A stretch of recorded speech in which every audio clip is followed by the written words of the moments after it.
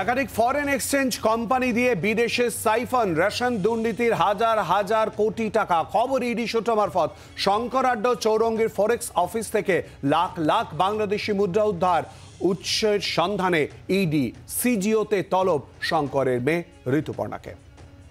যত গভীরে যাওয়া হচ্ছে ততই উঠে আসছে রেশন দুর্নীতির নতুন নতুন তথ্য, এমনটাই দাবি করছে ইডি।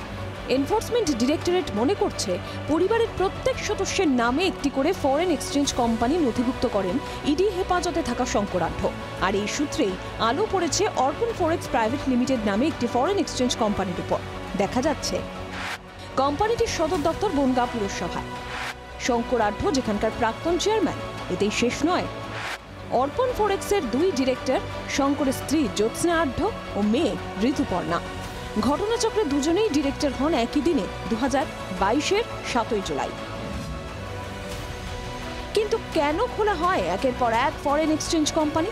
ইডি আদালতে দাবি করেছে এই সব কোম্পানির মাধ্যমে বাংলাদেশ হয়ে দুবাইয়ে সাইফন করা হয়েছে 20,000 কোটি টাকা।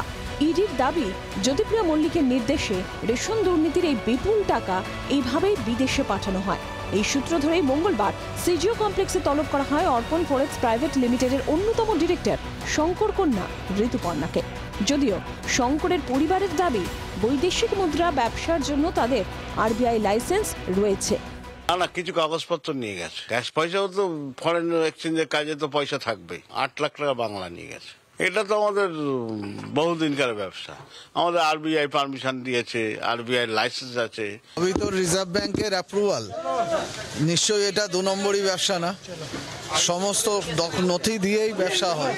আপনি যে জ্যোতিপ্রিয়া মল্লিককে চিনতেন না বলে দাবি করছেন, একাধিক ছবি সোশ্যাল মিডিয়ায়। না, আমি দাবি করিনি রাজনৈতিকভাবে। ব্যক্তিগত সম্পর্ক ছিল না, আপনার মেয়ে জেঠু বলছে। আপনার মেয়ে উইশ করেছে সোমবার কলকাতা ও বিধাননগরের 5টি ঠিকানায় তল্লাশি করে ইডি। শঙ্করের সিএ অরবিন্দ সিং এর অফিসে যেমন তল্লাশি হয়, তেমনই তল্লাশি চলে শঙ্করের মার্কুই স্ট্রিটের অফিসে। চৌরঙ্গী কলিন স্ট্রিটের অফিসেও ইডি আধিকারিকেরা হানা দেন।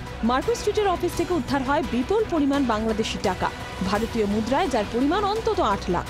অথচ এত মুদ্রার উৎস সম্পর্কে কোনো বৈধ নথি মেলেনি। এই বিদেশি মুদ্রা কোথা থেকে এলো জানার চেষ্টা করছে ইডি। শঙ্করের সিএ অরবিন্দ সিংকে শুক্রবার ইডি অফিসে ডাকা হয়েছে। পিয়ালি মিত্র ও অয়ন ঘোষালের রিপোর্ট, জি 24 ঘন্টা। বাংলার আওয়াজ, বাঙালির আবেগ, জি 24 ঘন্টা।